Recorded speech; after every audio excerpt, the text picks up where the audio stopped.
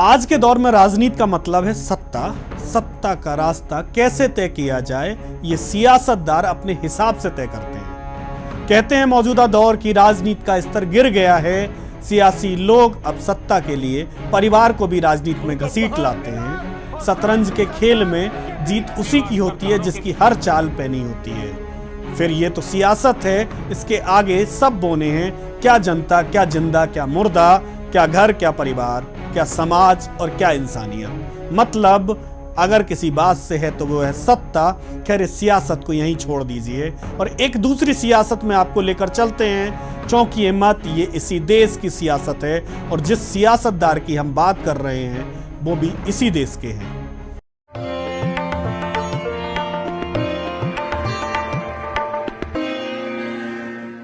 नमस्कार, मैं हूं शैलेंद्र तिवारी। आप देख रहे हैं एक किस्से में आज हम आपको एक सियासी किस्सा सुनाने की जगह सुनाएंगे सियासत में इंसानियत के कुछ वो किस्से जिन्हें जानने के बाद आप खुद तय करेंगे कि सत्ता की सियासत के दौर में कभी राजनीति में इंसानियत का क्या स्वरूप हुआ करता था। साल था 1984 का। अटल बिहारी वाजपेयी ग्वालियर लोकसभा सीट से अपना चुनाव हार गए थे। हार के बाद भी वो ग्वालियर का दौरा करते रहते थे। एक बार वो दिल्ली से ग्वालियर जा रहे थे, हवाई जहाज या ट्रेन से नहीं बल्कि अपनी कार से। अटल जी के साथ उनके सहयोगी शिव कुमार भी मौजूद थे। गाड़ी खुद शिव कुमार चला रहे थे, ड्राइवर को पीछे बैठा दिया था। कार दिल्ली से मथुरा पहुंची थी। मथुरा में एक गांव है, नाम है फरे। जब अटल जी की कार यहां पहुंची तो एक हादसा हो गया। भैंसों का एक झुंड अटल जी की कार के सामने आ गया और एक भैंस से कार टकरा गई। इस घटना का जिक्र करते हुए शिव कुमार ने बताया था, एक बार हमें चोट तो नहीं लगी पर भैंस मर गई। मौके पर भीड़ इकट्ठा हो गई, लोग अटल जी को पहचान नहीं पाए। अटल जी ने हमें वहां से भागने को कहा। घटना स्थल से हम भाग निकले। अटल जी ने ड्राइवर से कहा गाड़ी को सीधे थाने लेकर चलो। पुलिस कर्मियों ने अटल जी को पहचान लिया, बैठने के लिए कुर्सी दी, पानी भी दिया।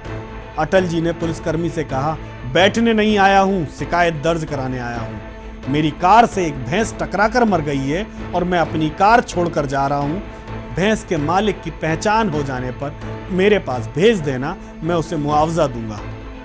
यहां पर विचार करिएगा, अटल जी को किसी ने पहचाना नहीं। वो चाहते तो बचकर भी जा सकते थे, पर इस सियासतदार में इंसानियत बाकी थी, इसीलिए थाने जा पहुंचे। खैर आगे बढ़ते हैं। घटना के बाद अटल जी ग्वालियर पहुंचे। कई दिनों तक वो आत्मग्लानि महसूस करते रहे। इस बात का जिक्र उन्होंने कई बार किया।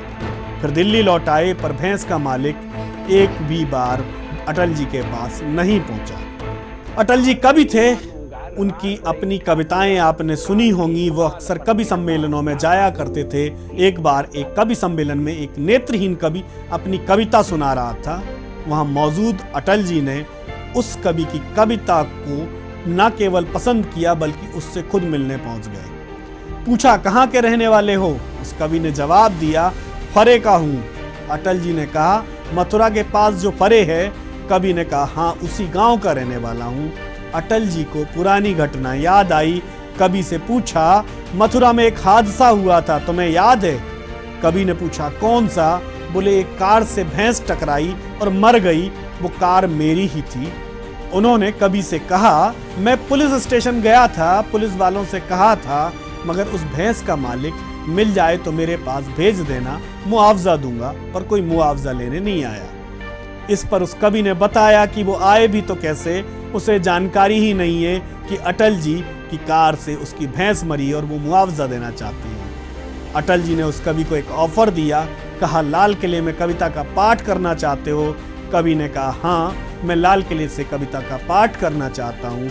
अटल जी ने एक शर्त रखी, भैंस के उस मालिक को मेरे पास लेकर आओ, मुझे उसको मुआवजा देना है, तभी तुम लाल किले से कविता का पाठ कर पाओगे। वो कवि वापस गया और 2-3 दिन बाद भैंस के मालिक को लेकर अटल जी के पास पहुंचा।